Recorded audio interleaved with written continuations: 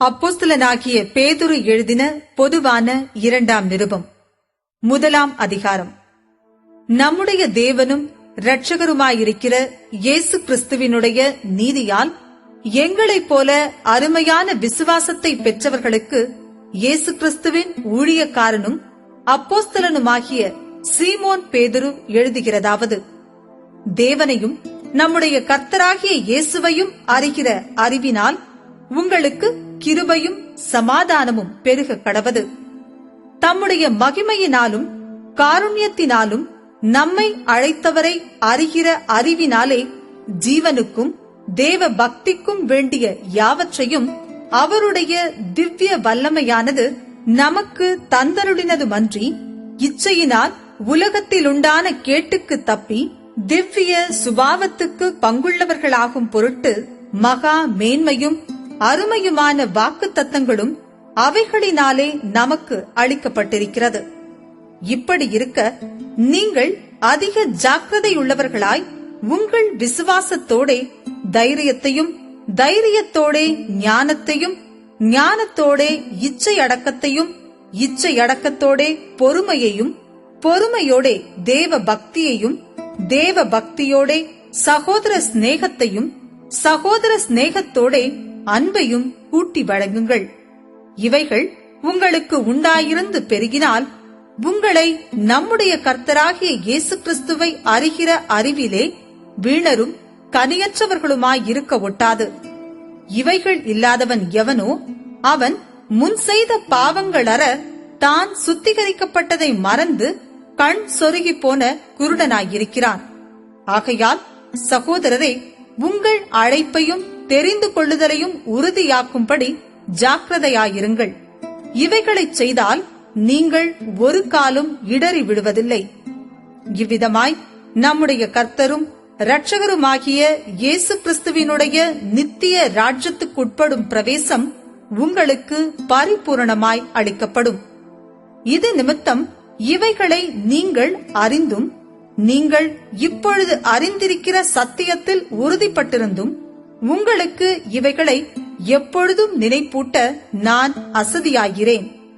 நம்முடைய கர்த்தராகிய இயேசு கிறிஸ்து எனக்கு அறிவித்தபடி நான் என் கூடாரத்தை விட்டு போவது சீக்கிரத்தில் நேரிடும் என்று அறிந்து இந்த கூடாரத்தில் நான் இருக்கும் அளவும் உங்களை நினைப்பூட்டி எழுப்பி விடுவது நியாயம் என்று எண்ணுகிறேன். மேலும் நான் சென்று போன பின்பு இவைகளை நீங்கள் எப்பொழுதும் நினைத்துக் கொள்ள ஏது உண்டாயிருக்கும்படி பிரயத்தனம் பண்ணுவேன். நாங்கள் தந்திரமான கட்டுக்கதைகளை பின்பற்றினவர்களாக அல்ல, அவருடைய மகத்துவத்தை கண்ணார கண்டவர்களாகவே நம்முடைய கர்த்தராகிய இயேசு கிறிஸ்துவின் வல்லமையையும் வருகையையும் உங்களுக்கு அறிவித்தோம். இவர் என்னுடைய நேசகுமாரன், இவரிடத்தில் பிரியமாயிருக்கிறேன் என்று சொல்லுகிற சத்தம் உன்னதமான மகிமையிலிருந்து அவருக்கு உண்டாகி, பிதாவாகிய தேவனால் அவர் கனத்தையும் மகிமையையும் பெற்றபோது அவரோடே கூட நாங்கள் பரிசுத்த பர்வதத்தில் இருக்கையில் வானத்திலிருந்து பிறந்த அந்த சத்தத்தை கேட்டோம். அதிக உறுதியான தீர்க்க தரிசன வசனமும் நமக்கு உண்டு. பொழுது விடிந்து விடிவெள்ளி உங்கள் இருதயங்களில் உதிக்கும் அளவும் இருளுள்ள ஸ்தலத்தில் பிரகாசிக்கிற விளக்கை போன்ற அவ்வசனத்தை கவனித்திருப்பது நலமாயிருக்கும். வேதத்திலுள்ள எந்த தீர்க்க தரிசனமும் சுய தோற்றமான பொருளை உடையதாயிராதென்று நீங்கள் முந்தி அறிய வேண்டியது.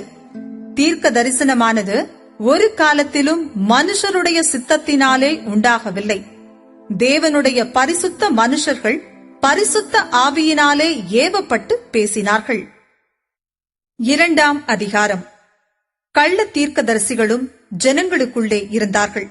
அப்படியே உங்களுக்குள்ளும் கள்ள போதகர்கள் இருப்பார்கள். அவர்கள் கேட்டுக்கேதுவான வேத புரட்டுகளை தந்திரமாய் நுழைய பண்ணி தங்களை கிரயத்துக்கு கொண்ட ஆண்டவரை மறுதலித்து தங்களுக்கு தீவிரமான அழிவை வருவித்துக் கொள்ளுவார்கள். அவர்களுடைய கெட்ட நடக்கைகளை அநேகர் பின்பற்றுவார்கள். அவர்கள் நிமித்தம் சத்திய மார்க்கம் தூஷிக்கப்படும். பொருளாசை உடையவர்களாய் தந்திரமான வார்த்தைகளால் உங்களை தங்களுக்கு ஆதாயமாக வசப்படுத்திக் கொள்ளுவார்கள். பூர்வ காலம் முதல் அவர்களுக்கு விதிக்கப்பட்ட ஆக்கினை அயர்ந்திராது. அவர்களுடைய அழிவு உறங்காது. பாவம் செய்த தூதர்களை தேவன் தப்ப விடாமல் அந்தகார சங்கிலிகளினாலே கட்டி நரகத்திலே தள்ளி நியாய தீர்ப்புக்கு வைக்கப்பட்டவர்களாக ஒப்புக்கொடுத்து பூர்வ உலகத்தையும் தப்ப விடாமல் நீதியை பிரசங்கித்தவனாகிய நோவா முதலான 8 பேரை காப்பாற்றி அவபக்தி உள்ளவர்கள் நிறைந்த உலகத்தின் மேல் ஜல பிரளயத்தை வரப்பண்ணி சோதோம் கொமோரா என்னும் பட்டணங்களையும் சாம்பலாக்கி கவிழ்த்து போட்டு ஆக்கினைக்குள்ளாக தீர்த்து பிற்காலத்திலே அவபக்தியாய் நடப்பவர்களுக்கு அவைகளை திருஷ்டாந்தமாக வைத்து அக்கிரமக்காரருக்குள் வாசமாயிருக்கையில் அவர்களுடைய காம விகார நடக்கையால் வருத்தப்பட்டு நாள்தோறும் அவர்களுடைய அக்கிரம கிரியைகளைக் கண்டு கேட்டு நீதியுள்ள தன்னுடைய இருதயத்தில் பாதிக்கப்பட்ட நீதிமானாகிய லோத்தை அவர் ரட்சித்திருக்க, கர்த்தர் தேவ பக்தியுள்ளவர்களை சோதனையினின்று ரட்சிக்கவும் அக்கிரமக்காரரை ஆக்கினைக்குள்ளானவர்களாக நியாயத்தீர்ப்பு நாளுக்கு வைக்கவும் அறிந்திருக்கிறார். விசேஷமாக அசுத்த இச்சையோடே மாம்சத்திற்கேற்றபடி நடந்து கர்த்தத்துவத்தை அசட்டை பண்ணுகிறவர்களை அப்படி செய்வார். இவர்கள் துணிகரக்காரர், அகங்காரிகள், மகத்துவங்களை தூஷிக்க அஞ்சாதவர்கள், அதிக பெலனையும் வல்லமையையும் உடைய தேவதூதர்கள் முதலாய் கர்த்தருக்கு முன்பாக அவர்களை தூஷணமாய் குற்றப்படுத்த மாட்டார்களே. இவர்களோ பிடிபட்டழிக்கப்படுவதற்கு உண்டான புத்தியற்ற மிருக ஜீவன்களைப் போல தங்களுக்கு தெரியாதவைகளை தூஷித்து தங்கள் கேட்டிலே கெட்டழிந்து அநீதத்தின் பலனை அடைவார்கள். இவர்கள் ஒரு நாள் வாழ்வை இன்பமென்றெண்ணி கரைகளும் லட்சிகளுமாயிருந்து உங்களோடே விருந்துண்கையில் தங்கள் வஞ்சனைகளில் உல்லாசமாய் வாழ்கிறவர்கள். விபச்சார மயக்கத்தால் நிறைந்தவைகளும் பாவத்தை விட்டோயாதவைகளுமாயிருக்கிற கண்களை உடையவர்கள், உறுதியில்லாத ஆத்துமாக்களை தந்திரமாய் பிடித்து பொருளாசைகளில் பழகின இருதயத்தையுடைய சாபத்தின் பிள்ளைகள், செம்மையான வழியை விட்டு தப்பி நடந்து பேயோரின் குமாரனாகிய பிலேயாமின் வழியை பின்பற்றி போனவர்கள். அவன் அநீதத்தின் கூலியை விரும்பி தன்னுடைய அக்கிரமத்தின் நிமித்தம் கடிந்து கொள்ளப்பட்டான். பேசாத மிருகம் மனுஷர் பேச்சை பேசி தீர்க்கதரிசியினுடைய மதிக்கேட்டை தடுத்தது. இவர்கள் தண்ணீர் இல்லாத கிணறுகளும் சுழல் காற்றினால் அடியுண்டோடுகிற மேகங்களுமாயிருக்கிறார்கள். என்றென்றைக்கும் உள்ள காரிருளே இவர்களுக்கு வைக்கப்பட்டிருக்கிறது. வஞ்சகமாய் நடக்கிறவர்களிடத்திலிருந்து அரிதாய் தப்பினவர்களிடத்தில் இவர்கள் அகந்தையான வீண் வார்த்தைகளை பேசி மாம்ச இச்சைகளினாலும் காம விகாரங்களினாலும் அவர்களை தந்திரமாய் பிடிக்கிறார்கள். தாங்களே கேட்டுக்கு அடிமைகளாயிருந்தும் அவர்களுக்கு சுயாதீனத்தை வாக்குத்தத்தம் பண்ணுகிறார்கள். எதினால் ஒருவன் ஜெயிக்கப்பட்டிருக்கிறானோ அதற்கு அவன் அடிமைப்பட்டிருக்கிறானே. கர்த்தரும் இரட்சகருமாயிருக்கிற இயேசு கிறிஸ்துவை அறிகிற அறிவினாலே உலகத்தின் அசுத்தங்களுக்கு தப்பினவர்கள் மறுபடியும் அவைகளில் சிக்கிக் கொண்டு ஜெயிக்கப்பட்டால் அவர்களுடைய பின்னிலைமை முன்னிலைமையிலும் கேடுள்ளதாயிருக்கும்.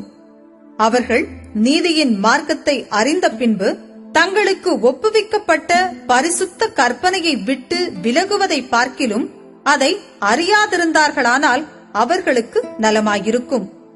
நாய் தான் கக்கினதை தின்னவும் கழுவப்பட்ட பன்றி சேற்றிலே புரளவும் திரும்பினது என்று சொல்லப்பட்ட மெய்யான பழமொழியின்படியே அவர்களுக்கு சம்பவித்தது.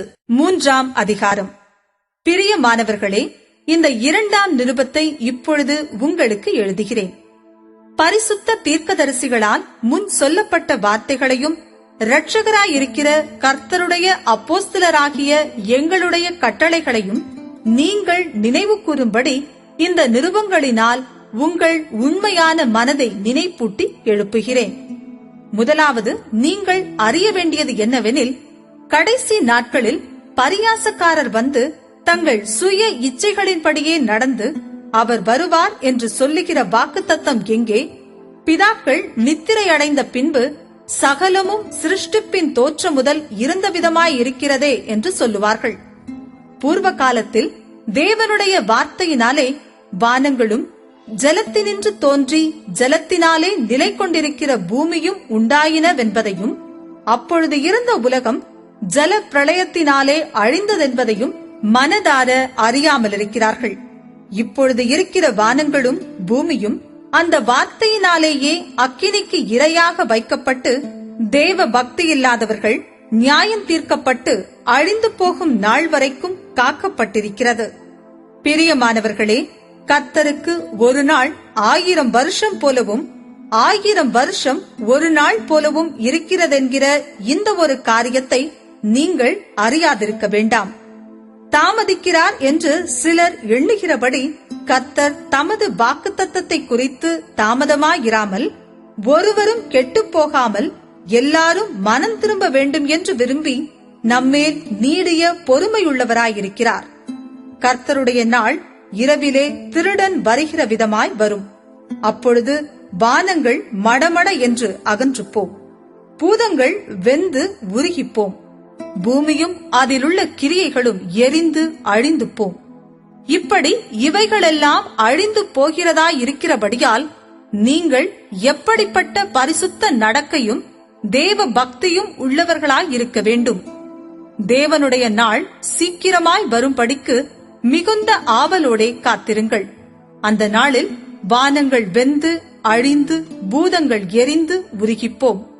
அவருடைய வாக்குத்தத்தத்தின்படியே நீதி வாசமாயிருக்கும் புதிய வானங்களும் புதிய பூமியும் உண்டாகும் என்று காத்திருக்கிறோம்.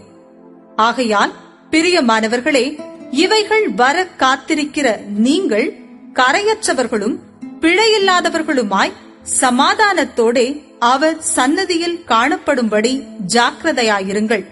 மேலும் நம்முடைய கர்த்தரின் நீடிய பொறுமையை இரட்சிப்பென்று எண்ணுங்கள். நமக்கு பிரியமான சகோதரனாகிய பவுலும் தனக்கு அருளப்பட்ட ஞானத்தினாலே இப்படியே உங்களுக்கு எழுதியிருக்கிறான். எல்லா நிருபங்களிலும் இவைகளை குறித்து பேசியிருக்கிறான். அவன் சொன்னவைகளில் சில காரியங்கள் அறிகிறதற்கு அரிதாயிருக்கிறது. கல்லாதவர்களும் உறுதி இல்லாதவர்களும் மற்ற வேத வாக்கியங்களை புரட்டுகிறது போல தங்களுக்கு கேடுவரத்தக்கதாக இவைகளையும் புரட்டுகிறார்கள்.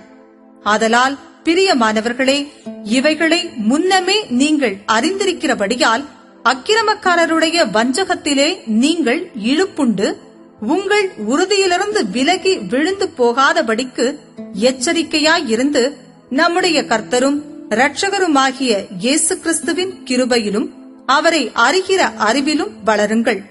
அவருக்கு இப்பொழுதும் என்றென்றைக்கும் மகிமை உண்டாவதாக. ஆமென்.